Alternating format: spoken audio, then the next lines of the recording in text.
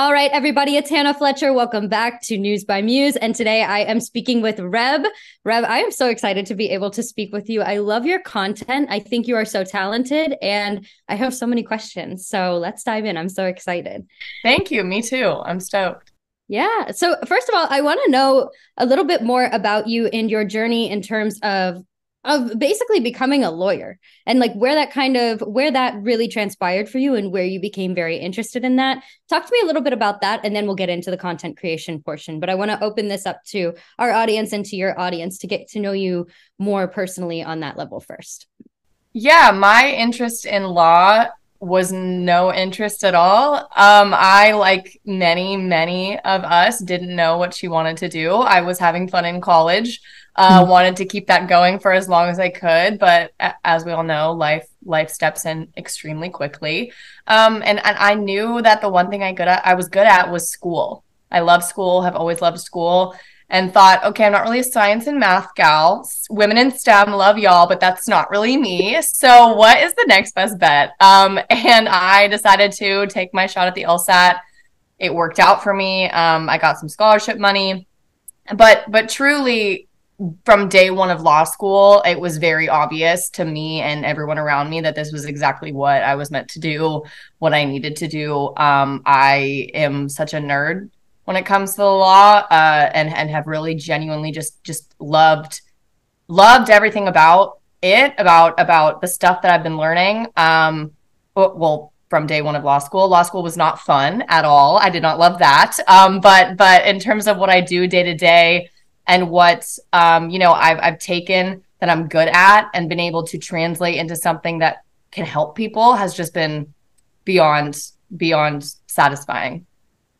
Definitely. Well, what I love about your content is when I watch you, I'm learning, but I'm also amused, which I think is such a unique combination that we really don't see. We see a lot of people that even have accounts where, they're gaining traction by commenting on what other people are saying in regards to their comment and everything. But I think that you have such a unique mesh of your style of content, and it's fun to watch. Like when I start watching your content, I'm binging it. I'm continuing to go through each and every video, and then obviously you pop up on my For You page and I watch those as well. But you have very bingeable content, but it's educational at the same time.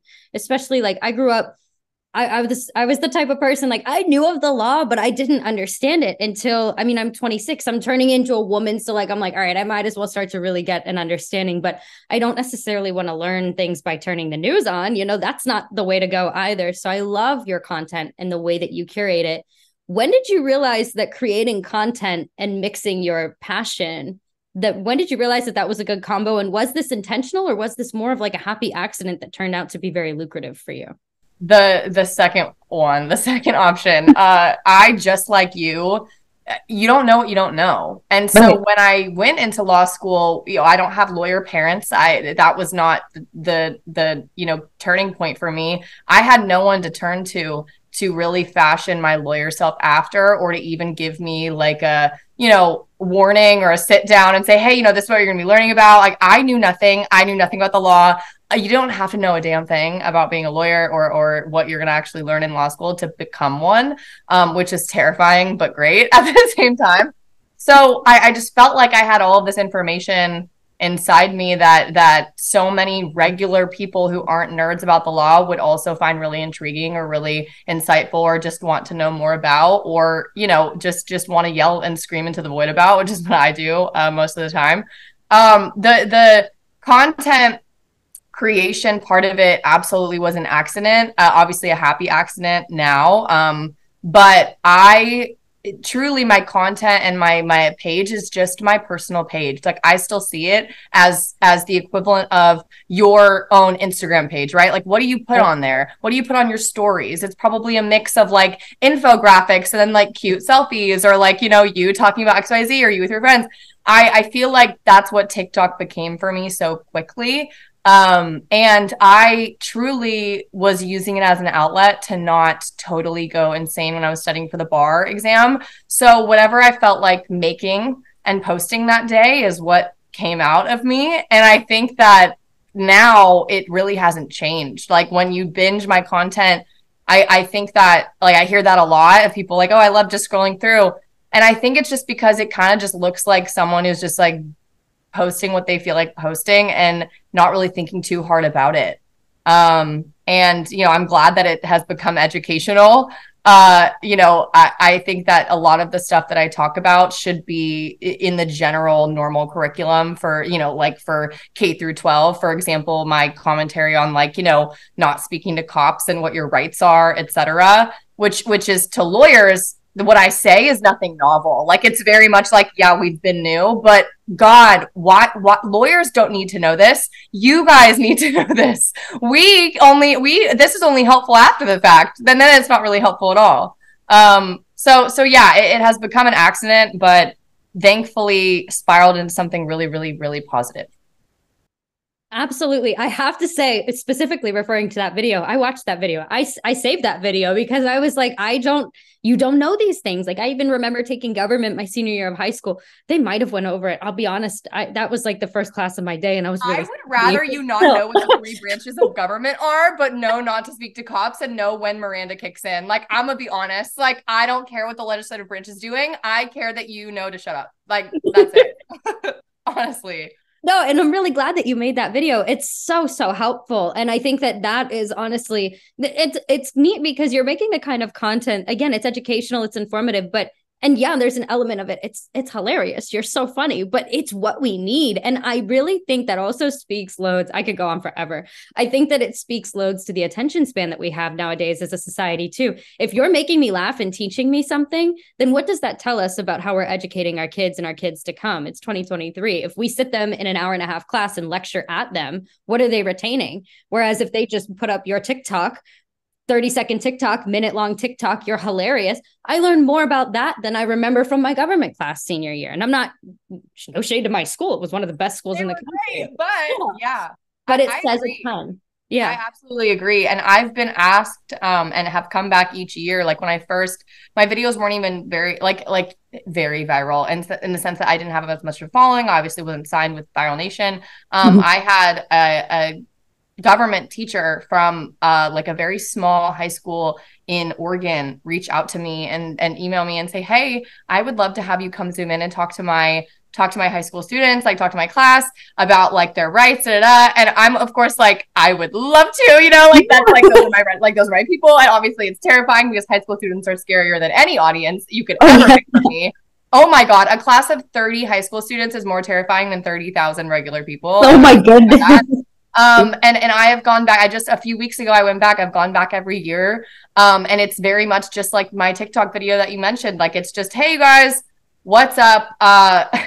Here's what you need to know. Okay, here's what you need to know. Just basic. Anytime you have a police interaction, you're going to have them in your life. It doesn't matter what you're doing. If you've never broken the law in your life, you're going to have a police interaction. If you break it all the time, you're going to have a police interaction. But both sides of the table need to know and deserve to know exactly what their rights are. You know, this isn't a get out of jail free card, but you know, here are the vibes. I just take out all of the cuss words that I typically include in my TikToks, and that's what it is. And that's been really rewarding, but it just speaks to your point of this is how we should be giving information to people or to students. You need to learn your audience before you understand how to teach it to them. And I guess I come off as approachable to a high school student. Thank God. Best compliment of the year. No, definitely. And I agree. High school students, they're definitely, I mean, they're high school students. They're exactly that. You know, you get some nice ones in there, but they're critical and they're correct. You know, they go for where it hurts. And that's when they're fascinating like that. Punch, the double whammy. You're critical, correct. They'll read you down and you can't even say a word. You're like, yeah, absolutely. You're like, yeah, what are you going to do about it? I told you the truth. And I'll be like, you did. You definitely did. I want to ask you, and those who know will know, where did the sunglasses come from for your videos where you're reading? I love the sunglasses so much. They're iconic. Yes. They're so beat up. Like I throw them everywhere. Oh my God. The court transcript series came about because of just a horrible day, which I feel like a lot of creators can relate to that in the sense that they make the best content when they're having a zero in their life. I had a really bad day as a lawyer just at work. It was my first year. I had been deposing a witness and they were like cussing me out on the record. And I was like, I'm just exhausted. Like, I don't even care anymore. Like, can you just get it together? And it wasn't bad because they cussed me out. It was bad because they like left the Zoom. And so were basically, it forced me to have to like, basically it was like my whole entire rest of my month flashed before my eyes in terms of the amount of work and hours that I was going to have to put in to like file the motions that I need to file to compel them to come back so we could finish the deposition. Right. I was just like, I hate you. So I went to my local CVS, as one does, and I started purchasing like that CVS like around $80 purchase where you're like, what did I even buy?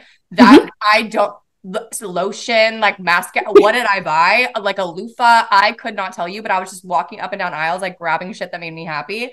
And and for people who like them, I totally get it. I'm not crapping on your taste. I thought that these were so fucking ugly. Like I was like, I would never, those are sunglasses I would never wear. I thought to myself, like with the rhinestones on the outside, I was like, oh, those are heinous. Like I'm going to buy them as a joke. I have now married myself to these godforsaken glasses because of that video. So I put them on after I bought them and I started like wanting to post a video about how bad the deposition was, but I was like, okay, I can't talk about it. Like specifically the sound bites from that deposition that were just gold, right? That would have been so funny. So I just started looking for funny transcripts to read in a video, and I had these on. And that's literally how it started. And it has become a rabbit hole, and we're now on part like 40, I think, which is exhausting, but it never ends. It will never end. Well, hey, you look at it this way. You went to CVS, you spent a bunch of money, you got a scarf receipt, right? One of those really long ones with all of the coupons that you never use, by the way, ever. No matter how many times they email me and remind me, I delete it. They're like $10 off. I'm like, that's exhausting. Like, I'm like, it's off of 50. Yeah.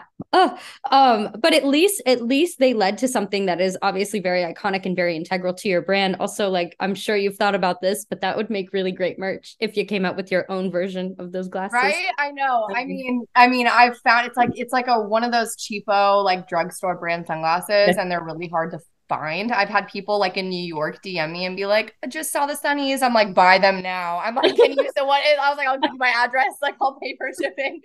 Please. Yeah, no, and I completely agree. I personally probably wouldn't wear them in my everyday but look, great ideas, Hannah. These are some great ideas. I agree.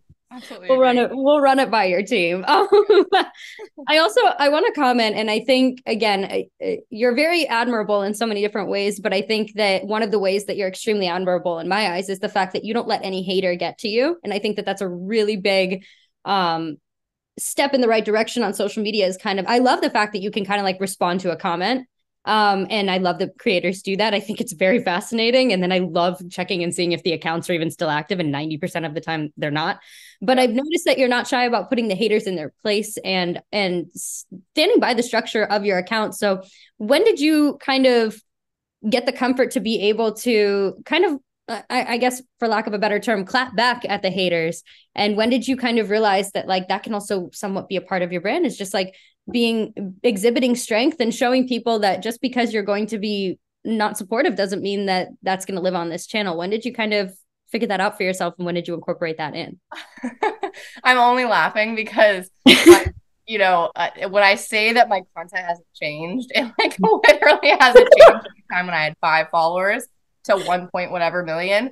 I like the very first video where I was clapping back to a comment was quite literally like one of the first videos I posted, because I think my very first video that went viral as me being a lawyer, like quite literally, like I had posted maybe 10 TikToks prior to that. Okay. Just dealing with studying for the bar. 2 or 3 of them went viral, quote unquote, like my 15 minutes, right? I was like, oh, that was a funny laugh. And viral meaning like 30,000 likes, 70,000 likes, whatever, because I had no followers. So that to me, I was like, oh, wait, yay. Like I showed my sister, she thought I was cool for like 30 seconds and that was done. Then I posted one video of like the day that I got sworn into the bar after I passed bar exam and everything. I just had a tough fit on, you know what I mean? Like I was like, I look so cute in my suit and stuff. So I posted a video that was like very much me like being a lawyer.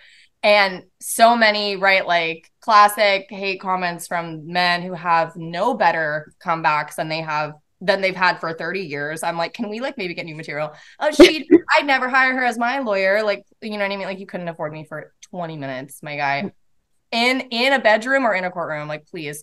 So literally that, like, you go back to 2021, like the very beginning of 2021, I had 3 followers to my name, and I was clapping that I posted a video, and I told someone that like their mom should have like not had them. I don't know, man. I have never pulled punches. I don't know what it is. I think that like my handling of it and just not really being bothered by it at even truly genuinely at all, it doesn't get to me. And I know it gets to so many creators, and that is so fair. It's awful and vile, the things that people can say on the internet, especially when it feels like you're in this vacuum. And this is right, like everyone's opinions really do matter. Of course, I'm not going to say that no one's opinions matter, but I think law school just totally made me numb inside. Like being a lawyer in law school just breaks you down like boot camp. And you know, I have stood in front of hundreds upon hundreds of people before, major judges appointed by the president, like to be dressed down, right, in a courtroom. I'm not scared of you people. Like, I am not scared of you. And I think to people who get hate like that and don't either aren't comfortable responding, which is fine. You don't have to respond. I do it not for me. I do it because someone else seeing it, and like, you know, you even see the comment sections, people just gaining so much from someone else maybe in their position, or someone else who's gotten comments that are like the comments that they get, just absolutely not being bothered by it and dressing other people down right back and better. You know, my advice to those people is truly to remind yourself every day that not a single thing that anyone says about you changes who you are, what you love, what you enjoy, what you're good at, what your opinions are, the positions that you take, and the things that you care about standing strong on, whether it be, in my opinion, the wrong opinion or the right opinion, right? It doesn't matter. Whatever's going to be really true to you and something that you genuinely would stand by, that doesn't change by someone else tapping their thumbs on a screen. It just doesn't. And you know, if it did, then I would be a very different person, and that never works out well. Yeah, I really beautifully said, very well said, right answer to that question. But I agree. I'm really glad that you utilize your platform and that you're able to, you know, put people in their place. Also, I mean, if we can ever have the opportunity to combat hate, given that the creator is comfortable, which clearly you are, you know, why not? You know, I'm so tired of people commenting negative. I'll get negative comments. And I'm like, why? Why'd you do that? Like, that was a picture of my cat. Like, you don't need to come after me like that. You're a woman existing. Of course you get negative comments. Yeah. Like, that's all we need to do in order to have people have chat. And, you know, a lot of people will say, why do you give them a platform? I'm like, I'm not giving them one. They're giving me one. Like, thanks. So, you know, like, this is my engagement, not yours, King. Like, you are getting roundhouse kicked in my comments. And my followers are funnier than I am. And I stand by that. They have said the funniest things in my comment sections in response to people who the initial mean comment, like, I didn't even see, right? I was working, I was arguing in court somewhere. And there's like, you know, a thread of 74 comments of people just just going after it, like my feral dogs. That's how it feels. I'm like, oh, okay, all right, that's enough. Yeah. Isn't that the best? Like, delete the main comment. Good job. Right. But tone it down. Keep it down. Yeah. And it, you know, it's I think it's brought together. It's bigger than me. I think too. It's really brought a sense of community for people who go to that playlist on my page, the Clean Drags playlist. You'll just see in the comments, right? People have a ball. So yeah. That's a good playlist. I've been there. Yeah, your followers are hilarious. They definitely have your sense of humor, and then even some of them like times 10. Like they're unhinged in the best way possible. I love it when they go and just start combating for you. I'm like, oh my gosh, you didn't even have to put me in a situation. Thank you so much. I'm so glad that you're taking the time out of your day. Thanks for defending me. It's really nice. Right? The time out of their day, complete strangers. I would die. I say it. I'm like, I would die for you. I would go to bat for you. Like, if this apocalypse goes down, get behind me. Like, come to my like compound. I don't know. I'll invite all of you. Like, y'all have earned it. Y'all have clocked in for years. Literally. I love the way that you phrase that. I want to ask you now, you have a podcast, and I think that this is wonderful that you are going into the realm of podcasting. Talk to me a little bit about how you became involved in podcasting, what that journey looked like for you. And I want to ask you too, do you have any plans in the future of bringing anybody else on, maybe as like a guest, maybe not in every episode, but would you ever incorporate maybe somebody else who has like either similar content or an understanding of law, and you guys like riff? Talk to me a little bit about the journey and maybe where it's going to go, because I think it's really great and I love what you've done with it so far. Thank you. Yeah, I had always been a consumer of podcasts from the time that, remember when Serial season 1 came out, and it was like the first true crime podcast that like really blew up and made people really interested in just podcasts in general. And especially through law school, my drives to class, like that's what I listen to. And like anybody, I do consume like true crime content when it comes to podcasting, when it comes to certain podcasts. And obviously that genre is so oversaturated. Like we could name hundreds upon hundreds of true crime podcasts out there just right now. But for me, what was always lacking was the lawyer aspect of it. Because as so many podcasts, while they are great and well done, they will, dress down the gory details of the crime and the people involved, and then get to the trial and go up and skip right over it, or just do like a few words about it and then be like, and then they were convicted, and every lawyer's like, no, like that's where everything interesting happens. No, that's not why they ruled on that motion, and obviously it's not the podcaster's fault that they don't understand the intricacies of the law, or even know where they would get these pleadings, or understand how which ones are important and which ones aren't, or which cases are interesting for that and which aren't. And I also knew that there were hundreds upon hundreds, thousands of cases no one's ever heard about that are so much more interesting than the Ted Bundys and the, John Wayne Gacy's. Like we've heard it, we've seen it, we've done it a million times over. We're tired, you're tired, I'm tired. I was listening to things in my law school classes that were 400 times more insane than everything that I was listening to on my podcast home. So I thought, when I got this platform on TikTok, I finally thought, you know what, like I would love to do that. And I've done videos on my page where I talk about cases that are exactly what could be done in a whole 20-minute, 30-minute, hour and a half long episode. But I just limited it to 3, and everyone in the comments was like, we want more, like keep going. We want a part 4, 5, 7.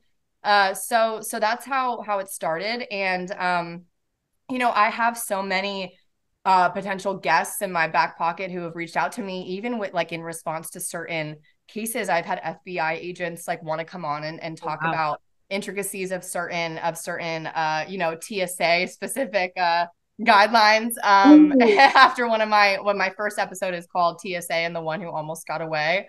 That one's terrifying, but it tells you a lot about TSA that you don't want to know. And other attorneys who are on the app who are on the other side of things, who are either prosecutors or public defenders. Especially, I'm not a public defender myself, but they have so much insight into what goes into like pleas, and what goes into what prosecutors and the police have not given them in terms of evidence, not shown them, not been fully forthcoming about.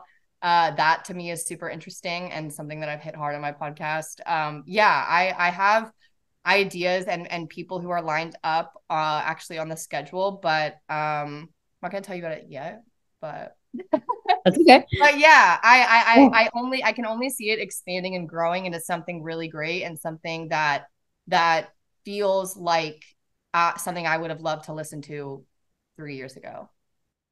That is so well said. I want to ask you one more question here based off of what you were saying, because I'm one of those girls that I've sat and I've watched all of the documentaries that we see about John Wayne Gacy, like you said, Ted Bundy, Dahmer. I know a ton about him, and that's a whole different conversation as to psychologically why we're interested in those. But I want to ask you, why is it that those are the cases, especially with you saying that you're hearing other cases that are so much more interesting and intricate, and like those might be the ones that Hollywood would want to kind of like pivot and focus on? What, in your opinion, why is it the John Wayne Gacy and the Dahmer and the Bundy? Why are those ones what Hollywood goes after and publicizes? Because they're the most, I think, indicative of what our society sees as like heinous, right? Serial, Okay. anything serial in front of it, right? Serial killer, serial rapist, serial murder, anything like that is so just insane, of course, for obvious reasons. And also at those times, they were so publicized, like everything about those cases were so publicized and were just national and international news stories. So it's much easier to find information, like, right, to have the nitty gritty details and information and the crime scene photos. There's always a reason why the press picked up on a case, when it happened. As we know from more recent ones, right? Like the Lacey Peterson case, Scott Peterson case in the early 2000s. Recent ones, Sarah, whatever, the woman who like took her kids to Hawaii, that one's great. What, Lori Vallow? Oh my God, am I crazy? Like there's so many that podcasts are coming out with now, right? That you see Netflix documentaries about. Mm-hmm. That you know why, like Netflix picked it up or news stories picked it up, but the cases that we learn about in law school, the serial killer ones are not in there. Like murder is murder, girlie. Like I got the first degree, I got the second degree. I know what that is. The crazy ones are always the ones where there's like family drama, disputes, very, very much ones that lawyers know about and no one else does, because no one cares about regular people hiding their son's body behind their wall, apparently. Things like that. Literally no one cared, but it happened. And it was the first time I was hearing it in a law school wills and trusts class. So yeah, I don't know, but I can tell you that if I'm the mole for everybody, I'm happy to be that to report to the outside about what's happening in here. You're a great mole. I love it so much. Yeah, no, I thank you for answering that, because I was thinking that as you said that, I'm like, that's kind of fascinating. My last question to you is, obviously you're with Viral Nation and they're a part of your team and they are helping you with achieving all of your dreams and with your podcast and everything. I want to ask you, what was it like when you had the opportunity to be able to sign with them? Take me back to that moment in time. And what was that like for you? Because obviously you're getting an agent that's going to come in and help you out with getting your future off and running. I'm sure you were excited. So take me back to that moment in time and tell me what that was like. Yes. I don't know if I told my agent TR, Tony Rose, this. I think I might have. It's so weird. I wrote on a piece of paper the year prior to when she reached out to me, to basically say, hey, we're interested. Let's hop on a call. I wrote on a piece of paper, like on a really bad day, just things that like manifested, you know what I mean? Like affirmation kind of things. And I threw it in the back of a drawer in my old apartment. And on it was, I'm signed with Viral Nation. Like that's what it said, because I had just, that's so cliche. That's why I'm like, why would I, no one's gonna believe that, but I swear on my life, I have that piece of paper. It's dated. It's like September 2022. Like it's dated. Because I remember like I had seen like Drew Afwalo and I are mutuals and we've spoken and she's great. Like she's just awesome. Yeah. And she's, she always engages with my stuff. I engage with her stuff. Like it just mutual respect there. And I just have loved seeing her content flourish and grow and seeing that she was signed with Viral Nation and then had just, basically had a lot of stuff happen for her. I thought that's what I would love. That's what I would love, to have people who cared about what I wanted and my vision. And it's been, so when I got that email from Tony, I was like, pardon me, like, oh my God. And I've loved it, because they've really been great with understanding that I have about 75 jobs at this point. I'm not, every creator is different. Every creator has a different life. They can't do this 24 hours a day. And I think that Viral Nation, the whole team, and TR really make the most out of the hours in the day that I have. And they give me the leeway to pursue what I want to, which is great. That is so wonderful. Yeah, I really appreciate you sharing that with me. I love the fact that you basically manifested. You did manifest it. That's incredible. Like, look, the witch girlies on TikTok might have something. They might have something going for them. The girls who like sit on there on live with crystals and like tarot, like whatever cards, and they're like, he's gonna get back with you. And I've always been like, that's BS. And now I'm like, tell me more. I'll trust you. I believe you. What rock do you have? Yeah, exactly. I'll buy it. Appreciate it. Let's go. What stick are you burning? I know. I'd have to say I have a whole collection over there, and I'm a Christian too. So it's even that just a lot of people are like, "What are you doing?" And I'm like, "I'm just trying my best." Your spirituality has to cross sectors. You have to acknowledge that everyone has a point. They ate that one thing. Somebody ate something. Everyone from across religions ate something, and you got to pick it up. Right. You have to. Exactly. She ate it and she did it. And there we go. Well, Reb, I want to say thank you so much for joining me. You are so fun. I really have enjoyed speaking with you. And I just want to say congratulations with everything that you've accomplished so far. And as a supporter, I cannot wait to continue to watch your content and your podcast and to see where all you go. And I really hope that we're able to hop back on and even have more in-depth conversations about every new milestone that you achieve, because you're going to achieve a ton. And I'm really, really happy for you. Thank you, Hannah. I so appreciate it. You're amazing. This is like the easiest interview I've ever done.